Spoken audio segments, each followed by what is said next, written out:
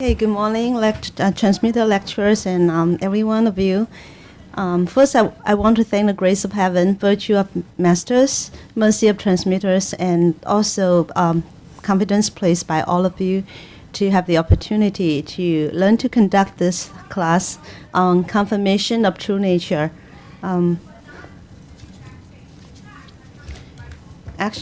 So it's the spiritual nature, okay?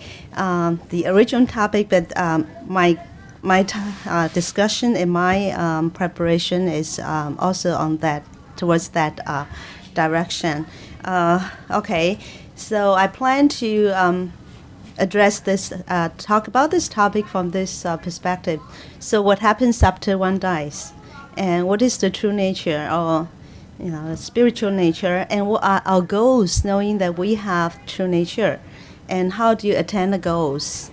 Okay, well, the topic of spirituality and also the soul has been going on since there are humans around. So the discussion, the study, and investigation started as early as there were civilizations. The ancient Egyptians, the Greeks, they all had talked about or discussed the topic of what happens after one dies. And there are some of the greatest minds who also express something to that effect, that there's spirit. We have the soul. We have the spirituality that continues after we live this. We don't have the fleshy body anymore. Okay, greatest minds such as Aristotle, Plato, Socrates. They all mention about the soul goes into another form of existence after our body expires. Okay. Okay, that's. So, well, it doesn't want to play here. Oh, okay. So what should I do? I was able to play on my own computer. Is this a video? Yeah, it's a video. Video. Yeah, it's not showing us like Because it's not embedded. Yeah, but how come it's in mine? It plays on my computer. You gotta link it, don't you? I guess maybe we just, just different people express their view about, some people think that after we die, then there's nothing more remaining. It's just, complete annihilation. Okay, but there are also people. Existentialism. That's like one, or you can say atheism. You can say that's either atheism, right? Atheists in general believe that. I mean, atheism means no God, but atheist or existentialism, especially. File. Materialism. Wait. Where's the downloads here? Those philosophies posit your teaching is that there's nothing after you die. Oops. Oh. So that's pretty sad. That's pretty limited. It's a very, it's a very, everything not is. the truth, though. Well, yeah. We definitely know that's not the truth. But what I'm saying is that Enable this perspective, that content. view is very limited, think. and also it only focuses on while you're alive. And that's it. Which is, Albert Einstein. yeah, he's agnostic. That's the There's a little difference. He neither Yeah, said yes now- or now no. it should. Whereas existentialists like Sartre and the other guy, I forgot his name, but anyway, it doesn't matter. Okay, well, I'm going to play only a small fraction of this video, so let's just pass. Kant, Yeah, let's skip. Okay. Kant does believe there's spiritual. Okay. Yeah. So in some ancient culture, they bury the death in the fetal position, believing that this would prepare the deceased for a possible rebirth. Fetal position. It's like how the baby was in the womb. And also, I don't know if you all experience such kind of a situation, what they call deja vu.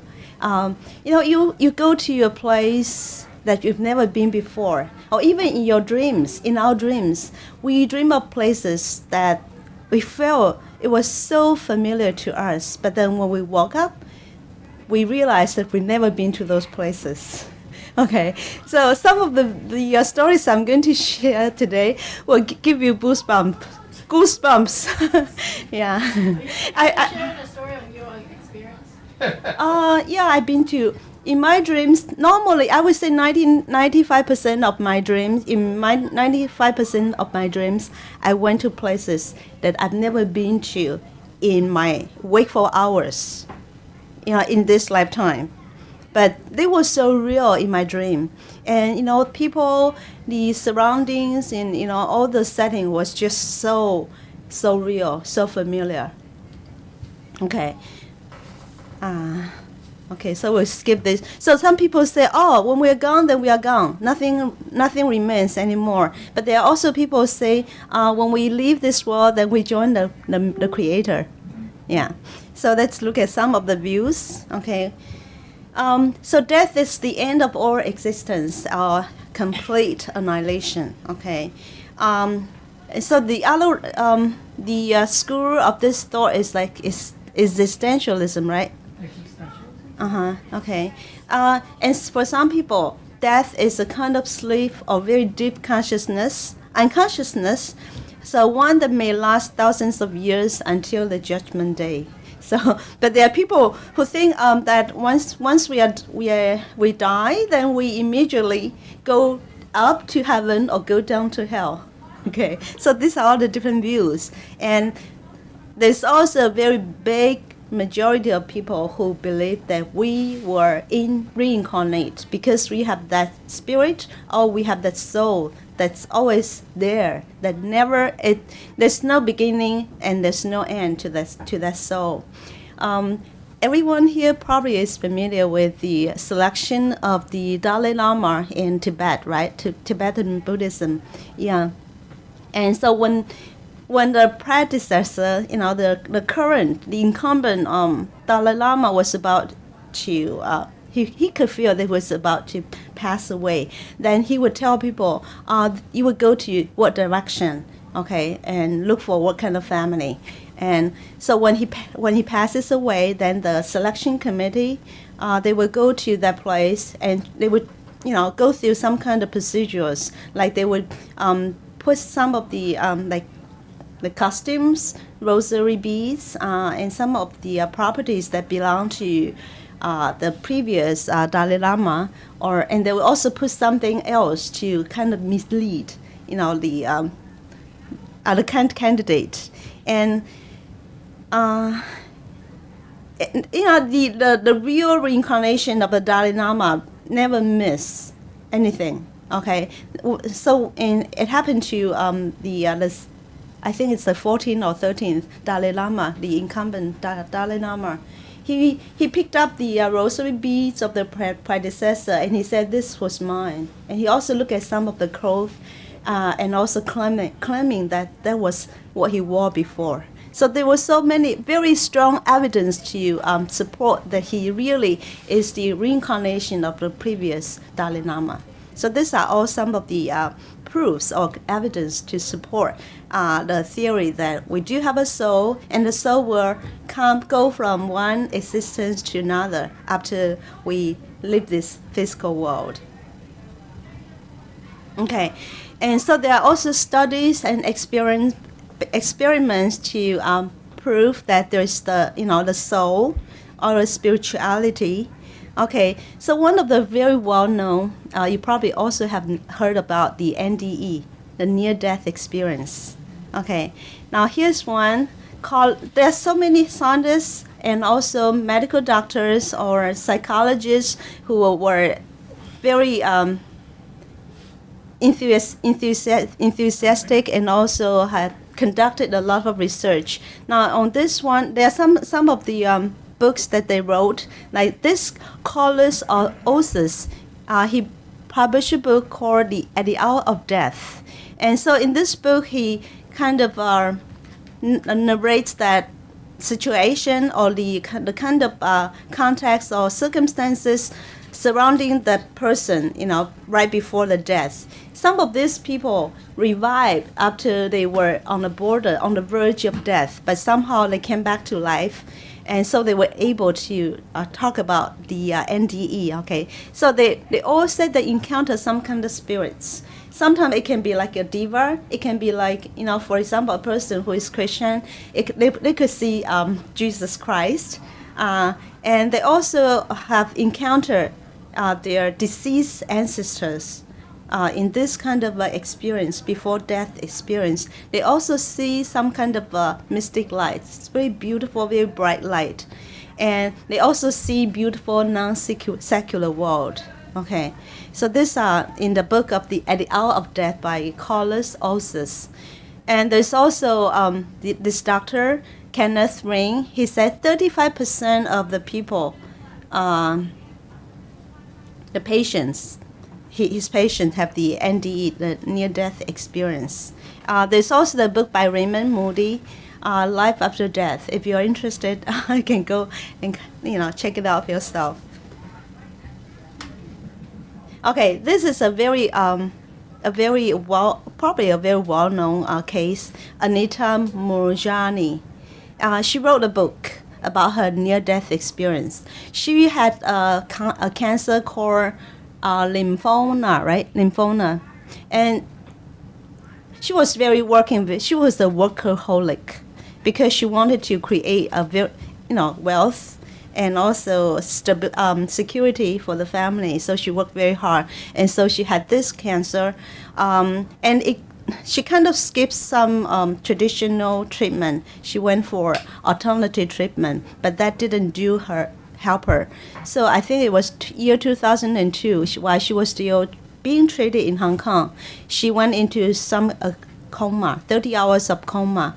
And so in her coma, she had this kind of experience. Yeah, it was February of 2002. So she, in her coma, she had experienced many characteristic details of a near-death experience. And she said she had some meeting with her deceased ancestors. But she's also aware of her physical surroundings. She feels like she's floating in the air, and she was seeing the doctors performing all the emergency treatment on her. And she even heard the doctor pronounce her medical death, clinical death. Okay, but when she was out of her body, she felt so relaxed, and she didn't really want to go back to the body. But her ancestors encouraged her that you should go back. It's not your time yet, and when you go back, you will be cured. And even in her coma, in her out of body situation, she felt like she knew why she got ill, and she knew how to cure her own sickness. And so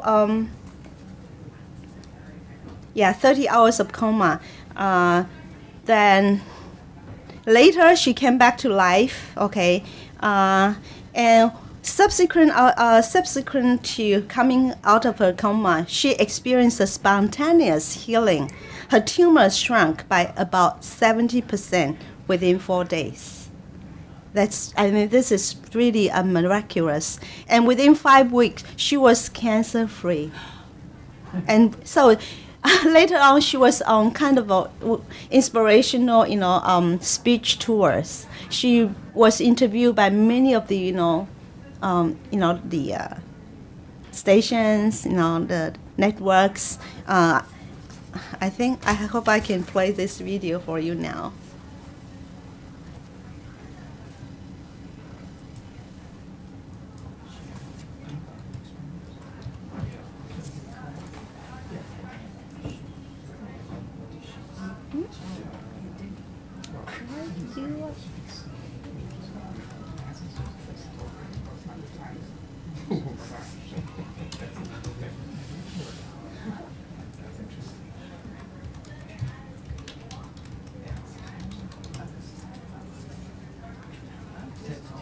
It's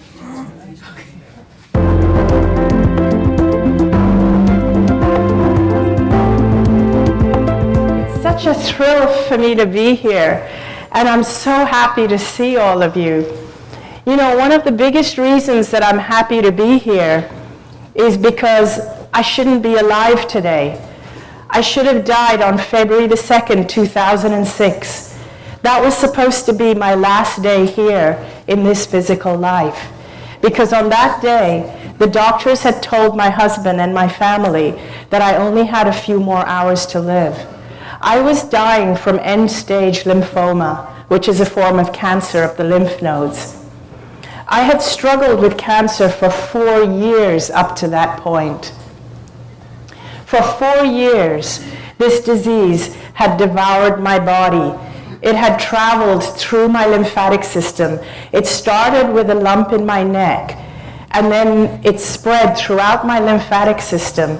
And by that point, by the end of 4 years, I had tumors, some of them the size of lemons, that had spread from the base of my skull, all around my neck, down into my chest, under my arms, and all the way to my abdomen.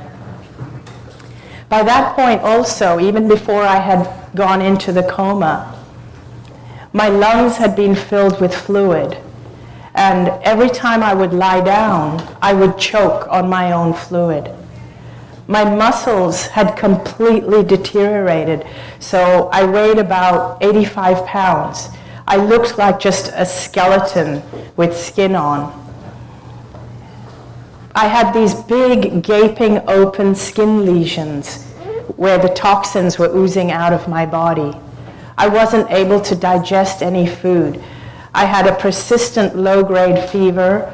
I couldn't walk because my muscles had been deteriorated, so I was constantly just lying down or being taken around in a wheelchair. I was connected to an oxygen tank all the time. I couldn't breathe without the aid of oxygen.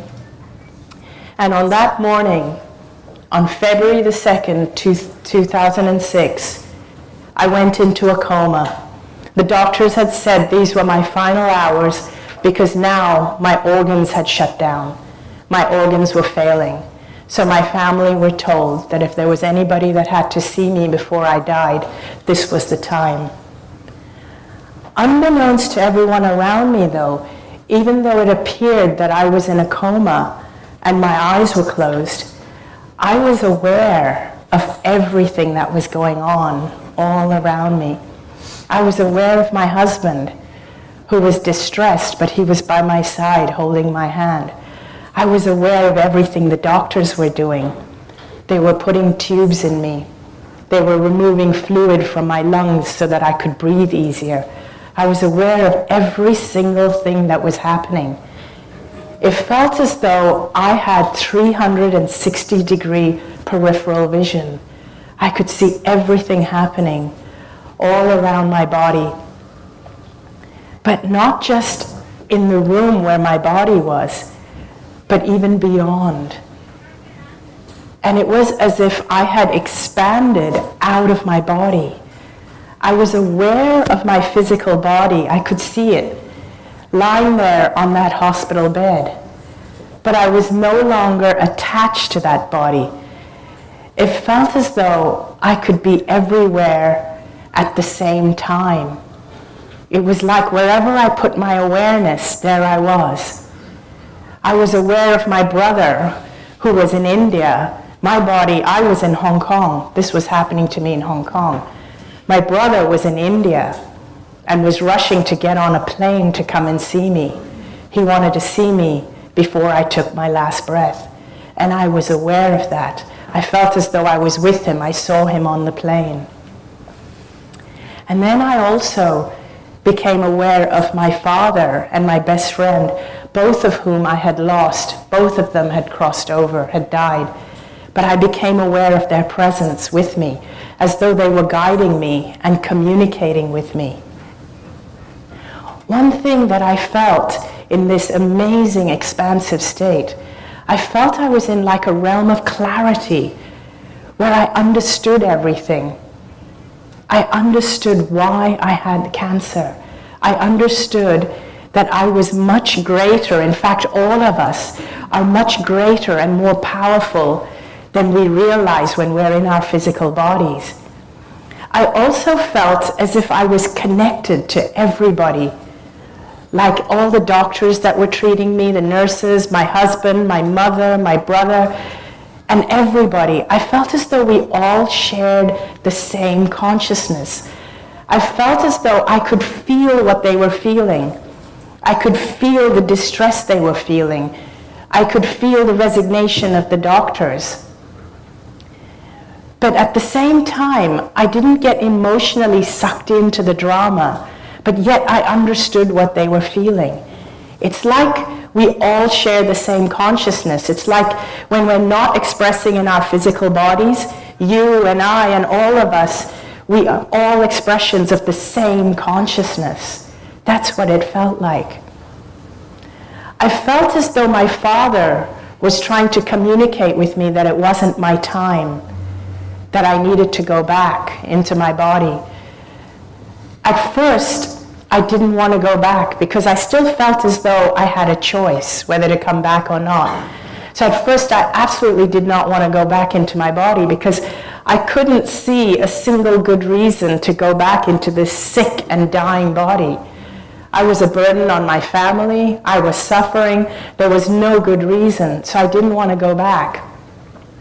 But in the next instant, it felt as if I completely understood that now that I knew what I knew, and because I understood what caused the cancer, I knew that if I chose to go back to my body would heal very, very quickly. And so, in that moment, I made the decision to go back, and I heard as though my father and my best friend said to me, now that you know the truth of who you really are, go back and live your life fearlessly. And it was in those moments that I woke up from the coma. And my family was so relieved to see me. And the doctors, they couldn't explain it. The doctors were there and they were surprised, but they were being very, very cautious because there was no way of knowing. I was still so weak. There was no way for anyone to know whether I was going to stay out of the coma or heal or go back. But I knew I was going to be fine, and I was telling my whole family, I'm going to be fine. I know I'm going to be fine. It's not my time.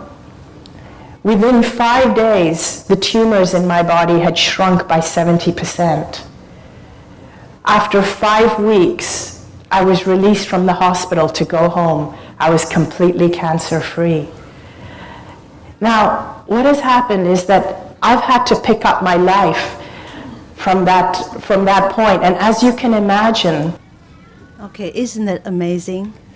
There's more to this video, and I think it sends a very powerful message. Hopefully, at the end of my class, we can listen.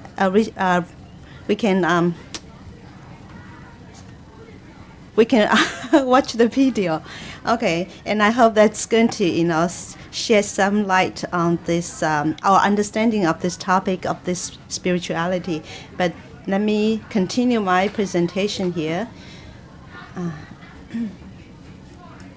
Okay, so this is the near-death experience. There are so many more examples, and we cannot go over everything. Actually, this is a very broad topic, and there's so much to talk about. I think I kind of I dip pretty deep, but this morning when I talked with our senior transmitter, he also mentioned some points which I did not include in my presentation. So we can have different people talk about this from different perspective. Now, there's also the out-of-body experience, okay, to talk about the spirituality. There's this famous doctor, Sam Parnier. He's from the UK, and he is the first scientist to prove the existence of soul with scientific experiments. So what he did was, he had some patients who claimed they have out-of-body experience. So what he did was he brought them into his lab, and before they came to the lab, he would put some kind of objects in a plate, and he put the plate high up in the ceiling. Only he knew what's on the plate. And so when this patient was hypnotized, right? Hypnotized, okay. Before they were hypnotized, that he asked them to really, tell, when they came back, they have to tell what they saw, what they experienced. So he did this test so many times, and every time the patients came back to life, and they told them exactly what's on the plate. And so it's the soul that's, exited from the body and was able to, fly around higher up and was able to see what's there. There's also another similar experiment by another doctor who generated, a set of 5 digits randomly from computer. He also put it high up on the, some kind of, like I-beams or something in the lab, and the same patient was able to pass that test 5 times. They say the success, or we say the chance to get the answer right is 1 in 10,000, percentage. So this kind of really very strong evidence to prove the existence of the soul. And there's also Robert Dale Owen. He's a U.S. representative. Okay, this was a long time ago. He published a book called "Footfalls on the Boundary of Another World," and this was published in 1860. Okay, in his book, there's a story. It's not a story. It's some kind of happenings, and it's called The Unknown Navigator. Did any one of you know about this? If I read you the story, you probably would recall. Okay, so it was this happened in the year of 1828. Okay, there was this merchant ship they call Baruch, right? B-A-R. What is that? B-A-R-Q-U-E, Bark. Okay. Yeah. So there was this bark going from Liverpool to New Brunswick in Canada. Okay, time's up. Okay, I guess should I? Not yet. Why? Okay, so they were traveling westward to New Brunswick in Canada, and they were already 5 weeks out to the sea. So one day, the first mate came. I think the captain was on the what do you call outside on the platform watching the weather. The deck. Thank you. And so this first mate, his name is Robert Bruce. He had to get something. I think he was going to do some calculation of the navigation of the ship, and so he went to the captain's room. And so when he was there, he was thinking that the captain was there, and so he saw someone sitting behind the desk of the captain. And so when he went into the room, that person turned his face to face the first mate, Bruce. And when Bruce saw that person, he was really unnerved. He was really startled because this was a stranger, and he also looked at him expressionlessly. There's no expression on his face, like stone face. So he quickly ran out of the captain's room, and he looked for the captain, and he found him on the deck. So he told him the captain what happened, but the captain thought he was just like illusionary. So he went to the room with the captain, and there was no one there, but on the desk there was like the captain's slate, and they saw on this slate the words "steer northwest." And so it was a very unusual experience. And someone, so the captain thinks someone was just being mischievous. And so they say, let's ask everyone on board to write the same words. And so they are going to compare the handwriting. And so they got all the people and they all wrote those words, but none of them matched those words. And so they went on a crazy search, hunt for a possible stranger on the boat. Remember, they were already 5 weeks, right? Yeah, stowaway. Stowaway.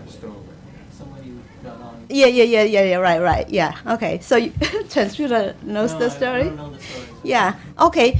So they found no one, but the captain had some kind of, gut feeling that this was very extraordinary. So he ordered the ship to be steered northwest. And so about 3 hours into the navigation, they found an iceberg. And next to the iceberg was a ship that was stuck in the ice. Yeah. When I was reading, I think I feel a chill down my spine. Okay, so they really went to the rescue. They were already there for quite a few days, and they were almost out of all of their provisions, water, food, and all kind of supplies. So they were able to save all this the people on that ship. So when they were, the passengers and the crew members were coming into this bark, this first mate Bruce, he noticed the person that he saw in the captain's room. Okay, and so they asked him to write the same words, steer northwest. Asked this person to write, and it matched. And so later on, they asked this passenger, what happened after the ship got stuck in the ice. He said everybody became so, everybody panicked and they became very exhausted. And so he felt he went into very deep sleep. He was very tired and he couldn't remember anything. But he had a dream. He dreamed that bark, exactly the same, image. Everything was the same as what they have on the bark. And he said he also told the captain and the captain of the bark that he felt this ship was coming to rescue them. Yeah, so this is another example that the soul can leave the body, and when remember they have 3 hours of there was 3 hours of cruise, right, on the sea, so his body could travel. Kind of transcend the time and space. And so this story was often quoted in other books of other books that's exploring the spirituality. Actually, I have an experience too. It's not exactly like that, but it was kind of interesting because 9/11, right? I was in California. And that morning, 3-hour difference. So it's like, I don't know, pretty early, probably like 5 or 6 a.m. I'm sleeping. But I seemed like I had this little bit of a dream. I felt like there were a lot of people. They were in anguish. They're like, they have like, I can feel their will. They were determined. They wanted to get to California. Okay, and it's true that one of the flights was supposed to come to California. Oh yeah, that's true.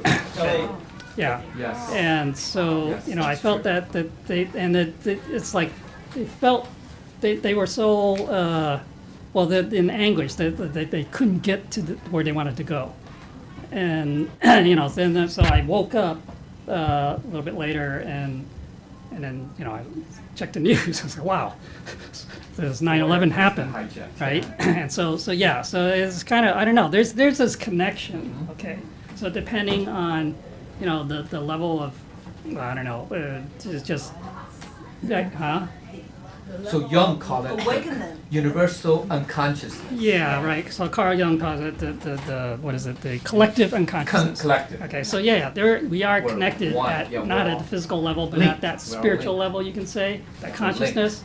There is a connection among people.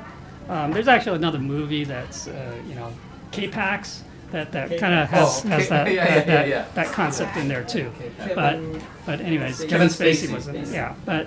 That's So it's, I think various people have these kind of experiences, and it's for me, it was kind of, wow, it's really No, shocking. this proves that we have this spiritual nature. Don't, that's the only way we could call it because it's intangible.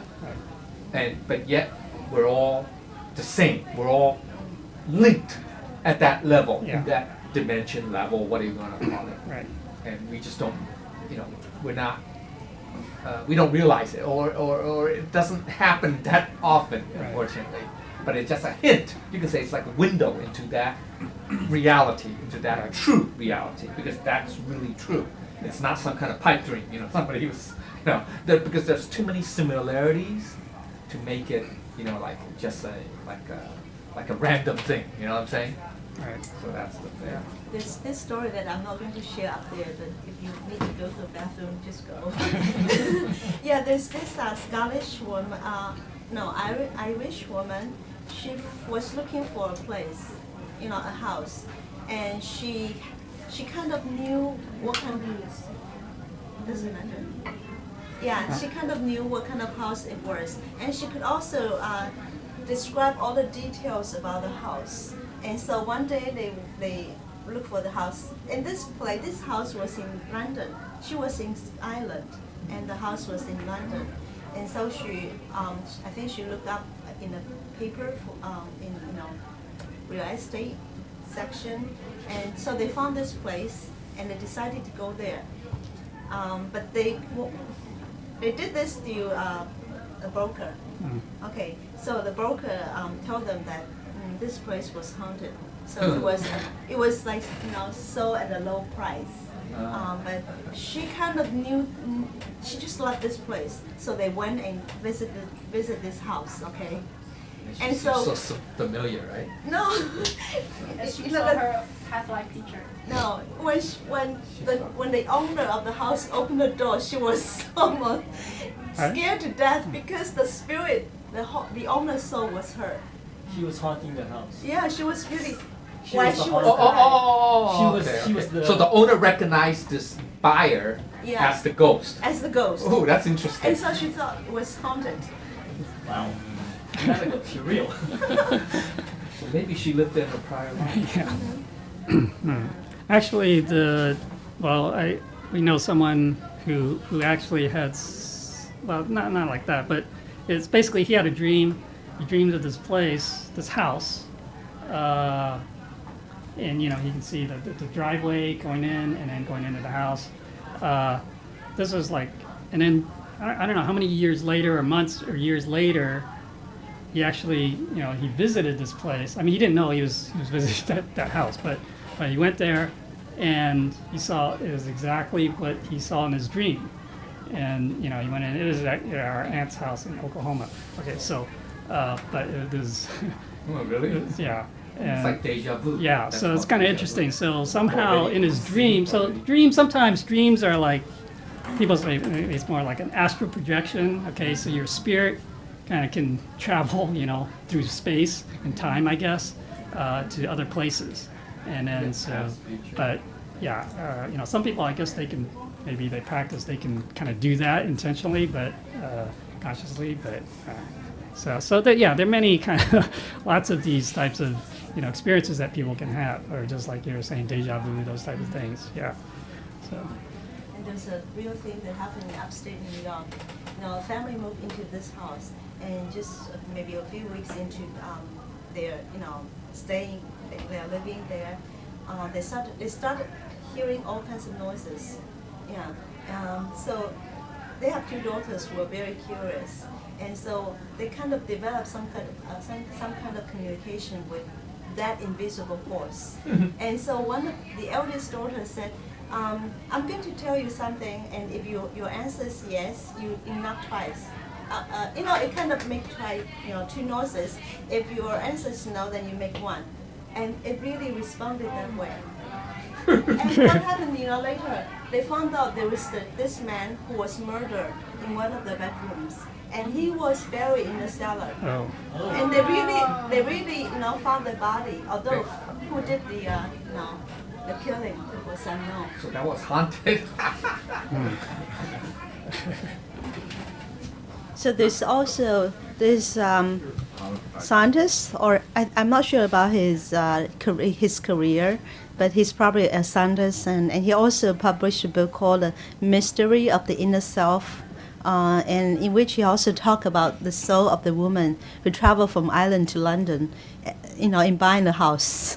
Okay, so this is like out-of-body experience. And then there's also the reincarnation. Okay, now there's this very well-known case with Shanti Devi. She was born in 1926, and then when she was 4 years old, she started talking to her parents about her husband and her child, and also her home in Mathura. I'm not sure this is the right pronunciation. And her parents was kind of, unbelieving, right?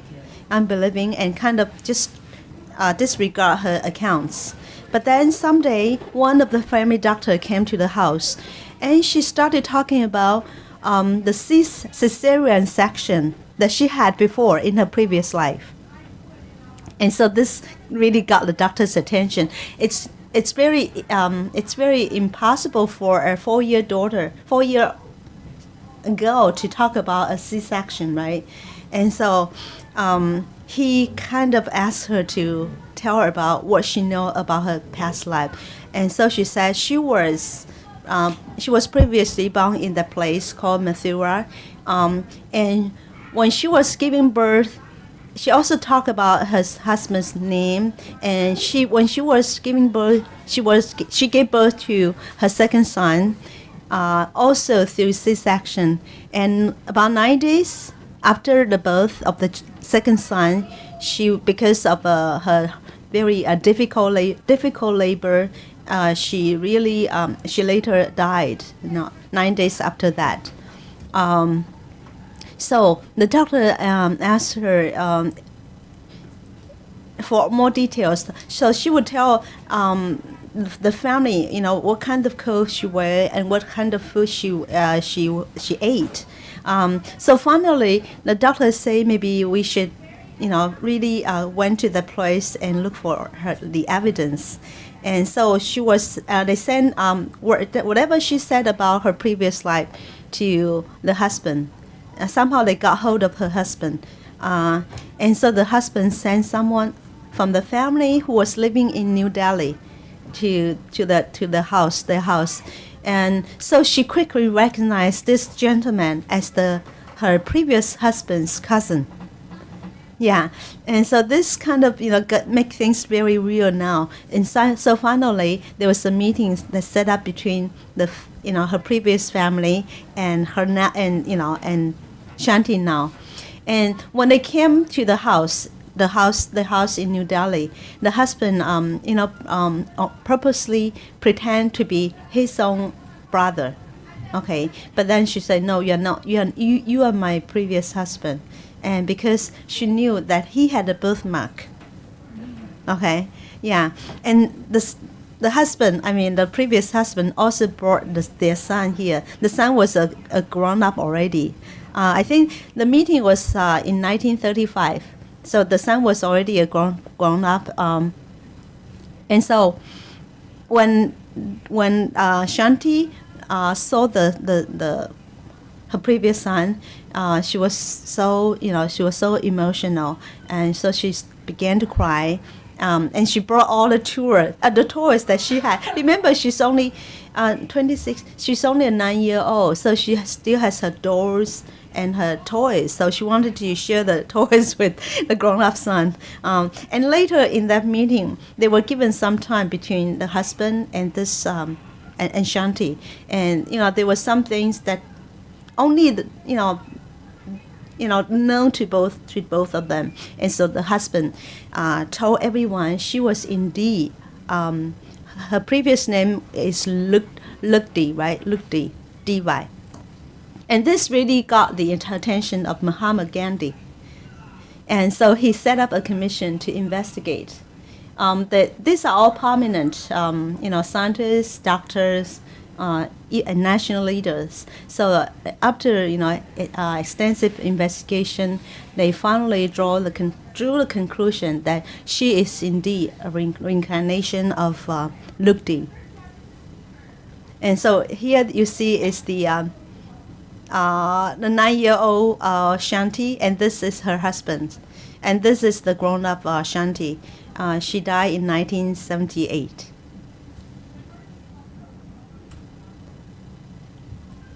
Okay. Now there's also some other studies done by quantum, some physicists. Okay. Such as the quantum mechanics. Okay. So this is something very, something really scientific. So this, just like Albert Einstein said, he said time and space are but illusion of human beings. It's all relative. I think there's some, fifth scientific theory, and I'm not good at that. So it's just like, this is all relative. We human beings have our own limitations, so we can only, our knowledge and our experience, our realization is only all based on what we can see, okay? But really, our consciousness or our true spirituality can spirituality can really transcend time and space. Just like remember the ship, the stranger in that ship, and all the story that I just shared. And so there's this Dr. Amit Goswami who wrote the book The Physics of the Soul. The subtitle is The Quantum Book of Living, Dying, Reincarnation, and Immortality. So in this book, Dr. Goswami, he kind of used the language and concepts of quantum physics to explore the metaphysical theories of the reincarnation and immortality. So you can say this is really when science and the soul, shake hands, and religion or religious belief and scientific discoveries, they really can support each other. So this, it's very interesting that earlier on in earlier times, when there was some scientific research, like Galileo, right? He had some kind of theory that was, because of his theory, I forgot what his theories were, but such as the Copernicus, they all had their own scientific findings, but then because they was considered the heretics, right? And so they were persecuted. And Galileo was really jailed for a lifetime, right? But then in modern times, okay, it was religion beliefs that were considered to be superstitious. That's it's unfounded. So it was kind of like discharged as non-scientific. But this book really it's like the meeting of the science and the spirituality. I think if you're interested, you can check out this book. I think I'm going to. Okay, so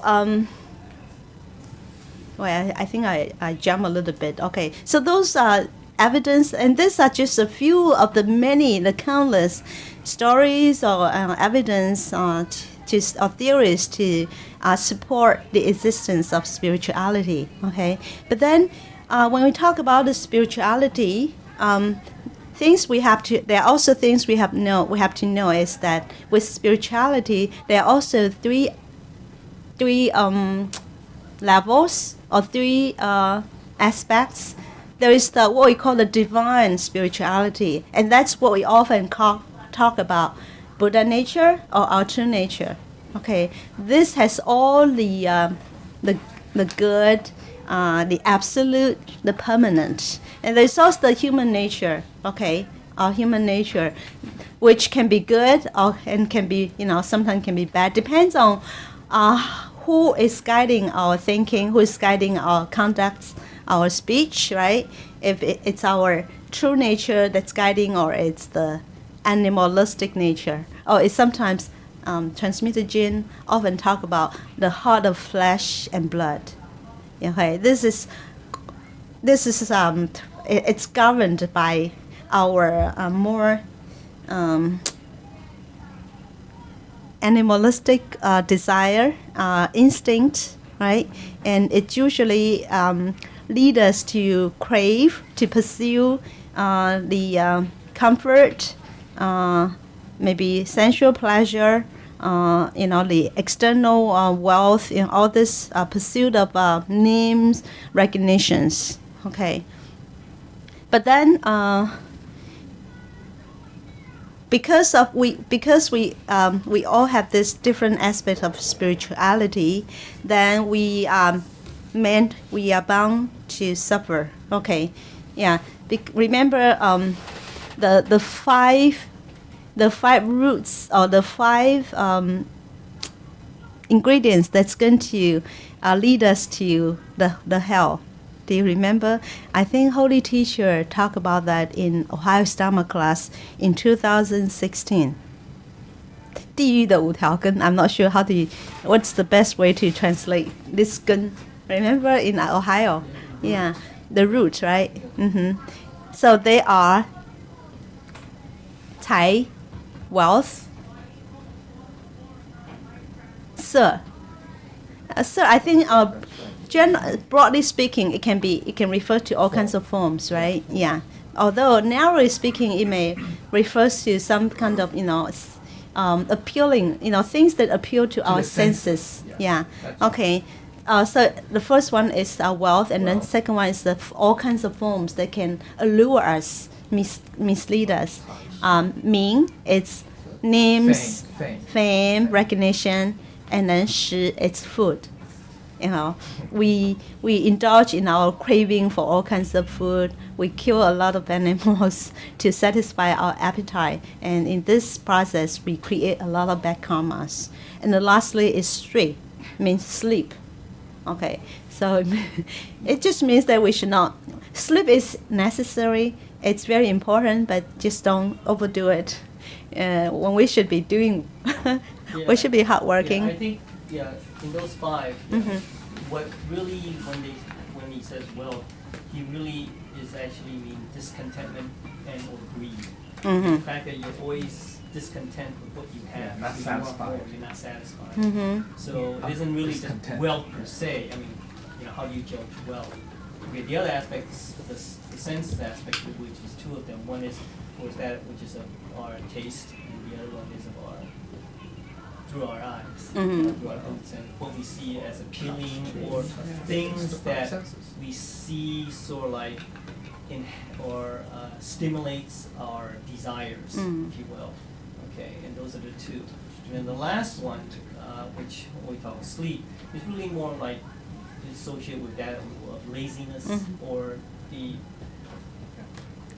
I guess you could say the unwillingness to motivate yourself. I mean, yes, as she mentioned that yes, sleep is necessary, but it's a question of sleep.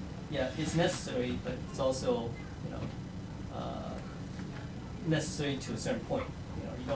You don't have to sleep 24 hours a day. Okay, that's when you're being lazy. Yeah. Unmotivated. Thank you, Transmitter Jin. Okay.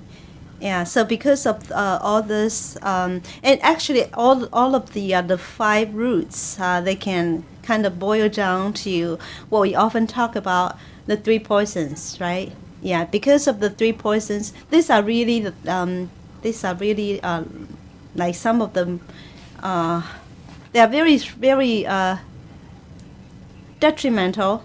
Okay, and because of these three poisons, then we create a lot of bad karmas, and because of the bad karma, then we are caught up in this endless cycle of life and death. Okay, so we create bad causality. Okay, causality means for every action we do, this action can be words we say, even thoughts we think, or things we do, there's always a result, a reward or a retribution or consequences. Okay, this is, this is the universal law of justice, and it's very important to realize and recognize this law of causality.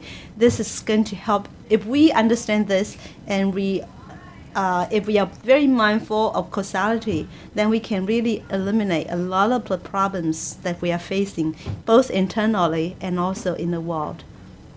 Okay, and so because of this, because for everything we do, that we are going to always leave a mark, on this world. And so because of this, then we are always in this cycle of life and death, of reincarnation. So we talk about the reality is, but now we have, most of us here have already received the blessing, and we all understand, we are aware that we have the true nature, which is the highest level of spirituality, and because of this true nature, we are able to do a lot of things, and like to just kind of talk about what different descriptions of true nature by different religion or philosophy. For example, in the doctrine of Min, the true nature is equivalent to the heaven's mandate. Okay, so this is our true nature, which is full of wisdom, full of compassion, and full of courage and whatever. This is really bestowed on us by the Tao, or the heaven, the invisible force, or sometimes we call it our heavenly creator, our heavenly mother. Okay, so we all have this in us. This is the very first sentence in the doctrine of the Min, which is one of the four books in Confucianism. And also in the book of virtue, Lao Tzu, okay, he also said the very spirit never dies. Okay, so the very spirit, those of us who have sat in the review of the three treasures know what the very spirit referred to. Hopefully, maybe someday you can also receive the blessing, and we'll explain to you what it really means. Okay, and then Buddha, when he was certified by Dipamkara, right? Yeah. He was certified after his all his practice and his cultivation, and the journey he went through. He finally realized that we have this Buddha nature, but he also after Dipamkara Sutra certified that he really have attained this full enlightenment. And upon that, he said, how marvelous. All sentient beings on the earth have Tathagata wisdom and virtue. 如来智慧德相，其哉其哉，大地众生皆有如来智慧德相。I'm not sure if I translated it correctly, but it's Tathagata. Tathagata, it means like, thus come, thus go. Suchness. Yeah, it's just like that we have this wisdom that can allow us to come and go freely, that we are not really bounded by this physical self. Okay, and we also have this ability. We have this virtue and the ability to manifest the virtue. Okay, but he said, but delusion and attachments have preventing them from, the them here refers to the sentient beings, from realizing our Buddha nature. Okay, so this is also talk about the true nature that we have. It's all inherent in us. It was bestowed by our heavenly creator. There are so many different, I can't cover them all. And also in our true nature, there is the Trinity, okay, or the Trikaya. We have the Dhammakaya, which is kind of equal to our Buddha nature, right? Okay, and this kind of encompasses all. Okay, and then there's the Nirmanakaya.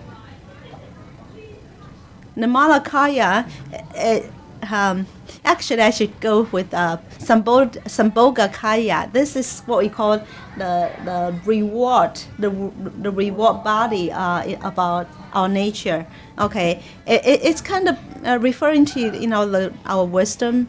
And the compassion in us, and then the Mahakaya is the manifestation of our Buddha nature, of our true nature, and we all know that sometimes Buddha and Bodhisattva, when they want to help sentient beings, they can transform themselves into anything.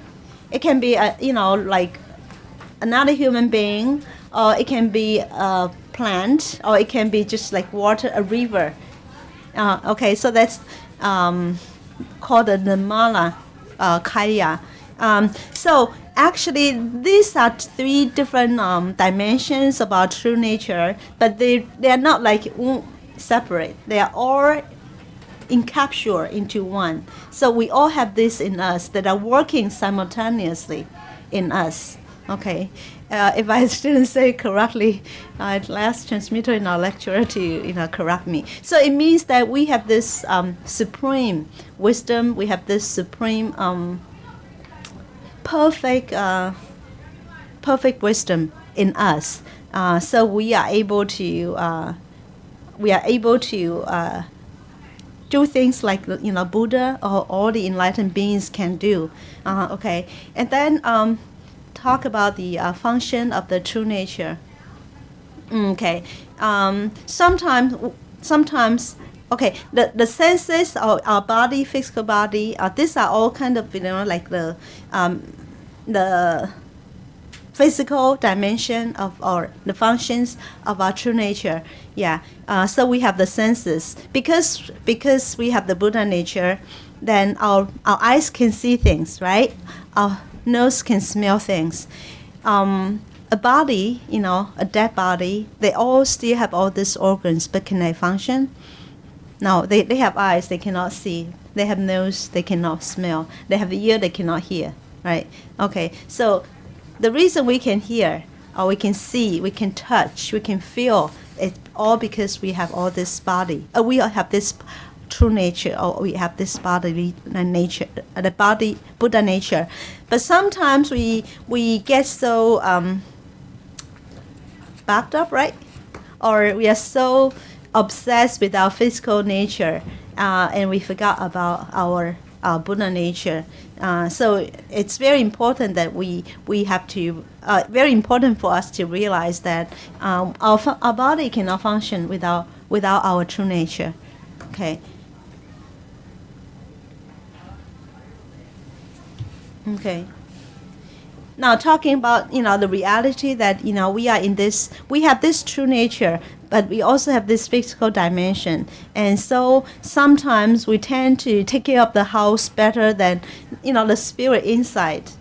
Our body is like a house, like a shelf, okay, a shelter of our spirit, but we tend to be more obsessed with this physical dimension, and so we kind of create a lot of bad karma, and so we are subject to the reincarnation. So we just have to briefly talk about the 12 limbs of dependent origination. Yeah, the reason we have all this vexation, all this suffering, it's all because that we are ignorant. Okay, because we don't recognize the truth of life, and also the truth, the life as an experience, and also our life as a physical body. Okay, so because of that, then we try to cater, satisfy our bodily greed, or our bodily satisfaction. So we start create a lot of things. So because of ignorance, then we have some improper conducts, and because of that, then we have some a consciousness. This consciousness is not the Buddha nature. It's really probably better way to say it's our human nature. Okay, and because of that, then we kind of develop name and form. Like we say fame. We pursue or we crave for a lot of physical possessions. And then there's the sixfold sphere of sense conducts, the 六处. Do you remember what they are? So it's the 5 organs, right? We say the 6 portals. The 6 portals. Eyes, nose, mouth, ear, our tongue, and also the consciousness, which is the sixth consciousness. And because of all this, we have come into the contact with this outside world. So this is the contact, the 6th limb of origination. And then when we come into contact with these external circumstances, then we have the sensation, or we have the perception, and then we have the craving. Okay, and when we have this craving or this liking, then we try to grasp, we try to possess. And so in this process, then we have created we have planted the seed of causality. Okay, the seed of reincarnation. Yeah, and so that gives birth to it's like, our next, that gives birth to our next existence. And then, well, actually, this sheng here should mean also the reincarnation, right? The course of reincarnation. And so then it will lead us to, the old age and death, which is also the impermanence. Okay, well, I can only briefly talk about the 12 limbs. Maybe we should have a class dedicated to this subject, because I think these are very fundamental principles and concepts that we have to know in order to have that clear mind about, enlightenment, about, what we should do in this lifetime. Okay, so after knowing that, there's the spirituality, and then this spirituality has it does not extinguish, it does not terminate when we die. It's going to lead us to the next form of existence. But then what kind of existence are we going to fall into? It's not really not dictated by us. I mean, when it comes to the consequence, because there is that sutra by Sakyamuni. It's the sutra of causality of 3 lifetimes: the past, present, and future. Okay, in this sutra, Buddha describes very clearly what we do in this lifetime or in a past lifetime. It's going to result in certain status of our status of existence. Yeah, for example, if we borrow money from people and we never return them, when we are able to, then maybe in our next lifetime we'll become, 4-legged, animals, fur, with hair. 披毛戴脚环嘛. So it's like, the 4-legged animals. Okay, and there are also others, like people who like to go hunting. Okay, then their next life they might be Charles. Okay, so these are because of all this causality, this is something that we cannot dictate. Okay, so we just have to be very mindful of what we do in this lifetime. We really cannot change what we did in the past, but what we can do in this lifetime, we are in full control. Okay, so there's also this sutra by Kshitigarbha Buddha. Okay, it's called the Sutra of the Original Vows of Bodhisattva Kshitigarbha. He said even people who do a lot of good deeds in this lifetime, before their death, they also would encounter, a lot of spiritual beings, and also including some of the, the demon. Okay, and so some of their karmic debtors would pretend to be their family and guiding them to a certain place and like to the underworld. Once there, they became like demon, or they turn into the the demon. So they try to also lure them into doing something bad, and so they would just go to hell. So, but these are people who perform good deeds when they are alive, let alone people who do a lot of bad things to other people. Okay, so we really need to resolve the karma while we have this life, this human body. Okay, because human body is so precious. We humans are the only beings that have the chance to really attain the perfect enlightenment, to realize the wisdom, the mentality of a Buddha or an enlightened being. Yeah, so we have to really treasure this body, but we shouldn't be so obsessed with our physical comfort. Although we have to take good care of our body, because this is our tool to cultivate, but just do not overdo it. Okay, so we have also to work hard to break the cycle of samsara. No matter what we did in the past, that's something we probably didn't know, unless we were like Shanti or some of these people in the story who had some of the recollection of what they did in the past. We just pretend that we have some debt to pay back. Okay, so try to do good things to help others and also to help our own Buddha nature. Okay, so that we can really break the cycle of samsara. Samsara is the cycle of life and death. Okay, and we also should try to restore our true nature. Okay, well, going back to this, our physical body, Lao Tzu, the author of Book of Virtue, he said he had only one big worry in this lifetime, and his worry is that he has this physical body. Yeah, because by that he means that we have this body, but it's going to sometimes guide us to do something not so helpful, not so good. Yeah. So we have to try to restore our true nature. And so there are so many things behind this this sentence. We have to get rid of attachments. We have to let go of thoughts, all kind of thoughts, and we also have to eliminate bad habits, bad temperaments, okay, in order to have our true nature, our Buddha nature to reveal. The result of this is to, attain the samadhi. Okay, samadhi is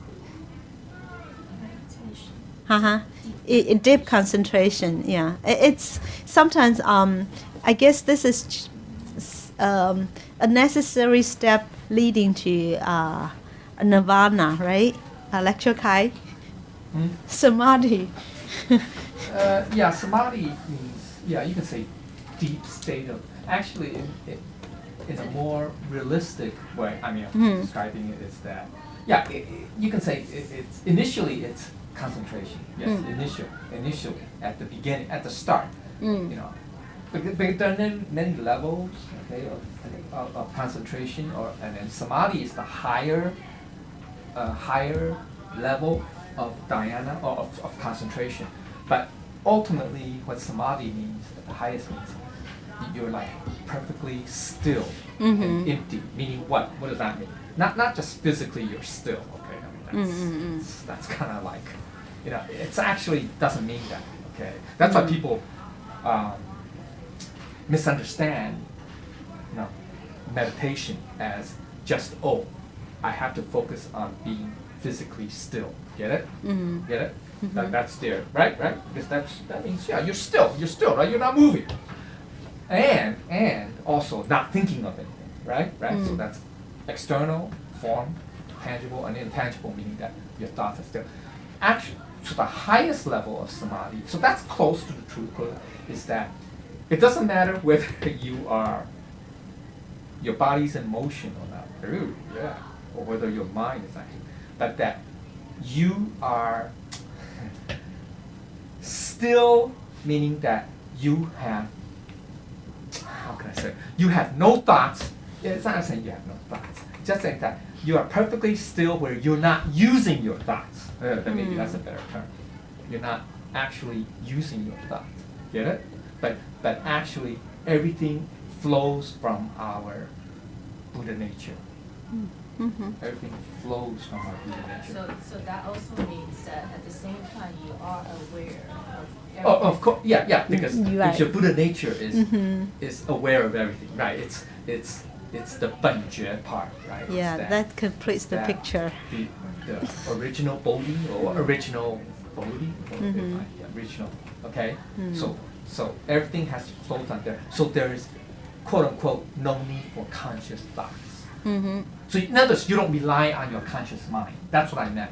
At the highest level of samadhi, you don't need to rely on your conscious. So that means we say our mind is still. That's true. That's true. Conscious mind is still. I'm not the Bodhi mind, but conscious mind is still. Or you can say empty. Mm-hmm. So there's nothing. There's no more barrier. Get it? Mm. Because our mind, our conscious mind, conscious thoughts, it's a barrier to between, we can say, true reality and all that we see or feel or whatever, or between true reality and the phenomenal realm, okay, Mhm. world, physical world, you can say physical world. You get it? Mhm. So that Yeah. physical mind. So once you eliminate that physical, that conscious mind, in other words. So that means we say perfect stillness, right? That's called perfect still. So that's the highest level of samadhi. And then that means what happens? If that barrier is gone, then that means everything comes from it's thought, seeing, or acting from our Bodhi Buddha nature. Get it? Mhm. And so and then that connects with the phenomenal world. It's not a total dissection. It's not. Because then that's a mistake. That's a mistake of meditation, or we call meditation. That's not. Because you have to, it's 寂照同时. It's 寂 means stillness. You can say stillness. 照 means illumination. So it's actually, those two are at one. Mm-hmm. Get it? Thank you, lecturer. I have to cut you That's short. kind of more technical. It's almost time. Okay, so not only do you want to attain the samadhi and the perfect enlightenment, we also have to help others attain perfect enlightenment. And this can be done in so many different ways. Like we try to bring people to receive a blessing. We also wake them to their Buddha nature. We also invite them to listen to all this, truth, so that they can really elevate their spirituality to have the true nature revealed. Okay, so this is some statement by Albert Einstein. He said, all religions, arts, and sciences are branches of the same tree. All these aspirations are directed toward ennobling man's life, lifting it from the sphere of mere physical existence and leading the individual toward freedom. So this freedom is that when our Buddha nature is in complete control or in charge. But how do you achieve the goals of this perfect enlightenment? And these are also very, important. So we have to often remember we have the three bodies, right? And we also have to always apply the full divine wisdom. Okay, and so these are the. The first one is the profound divine observing wisdom. Remember, we have all the senses. We have the eyes. We have the ears, and sometimes when we see something happen or when hear something, our human heart tend to react. We sometimes with a very negative thinking. So we have to, with this perfect divine wisdom, we have to realize the impermanence of all the external physical existence, and we have to use the three Dharma seal, right, the Four Noble Truths, to kind of help us come to this. Use this as our observing tools. Okay, so this is the profound divine wisdom, and then we also have to use our equal universal wisdom. We sometimes tend to differentiate people.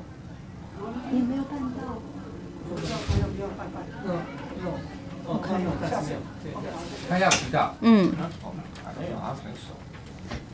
，Yeah, because we have this. Remember, we have all this our own personality. we have our own likings and preferences. So we sometimes would like people, and some people and dislike other people. But we have to use, like the 4 equanimity minds of Buddha. We have to really see us as being connected with all sentient beings. Okay, just like what's her name?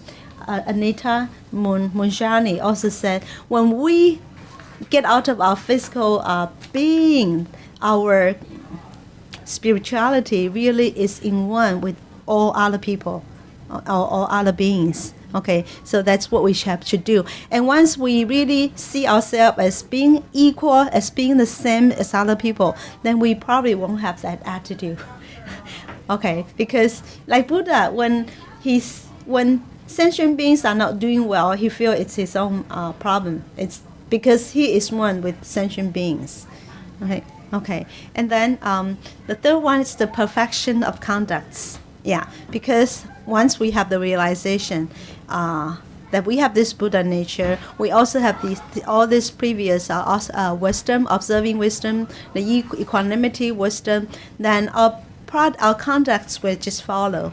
We just do things according to our Buddha nature, and our Buddha nature has to remember the 5 constant virtues, the 8 virtues. It means we are benevolent, we are faithful, we are sincere, we are righteous, we are courageous. We practice filial piety, fraternity.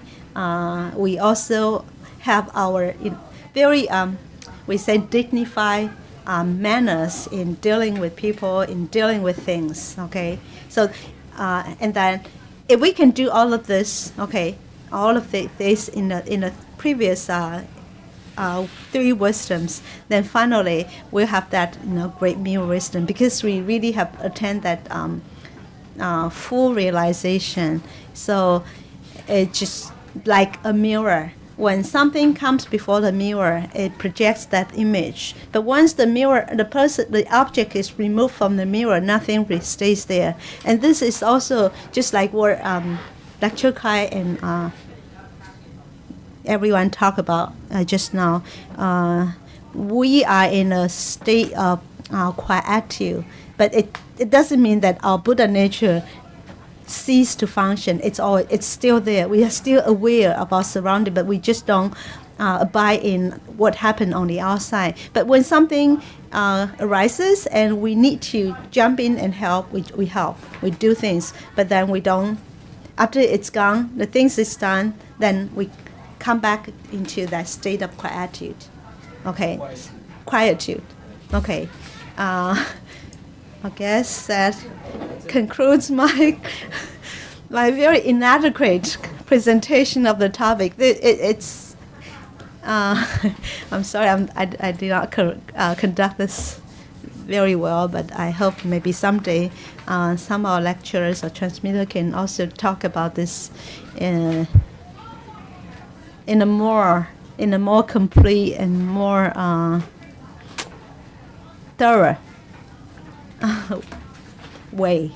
Okay. So if I say anything improper or if I do not cover this topic well enough, I ask for forgiveness of Buddhas and saints, and I also ask transmitter, lecturers, and all of you to correct me. Thank you.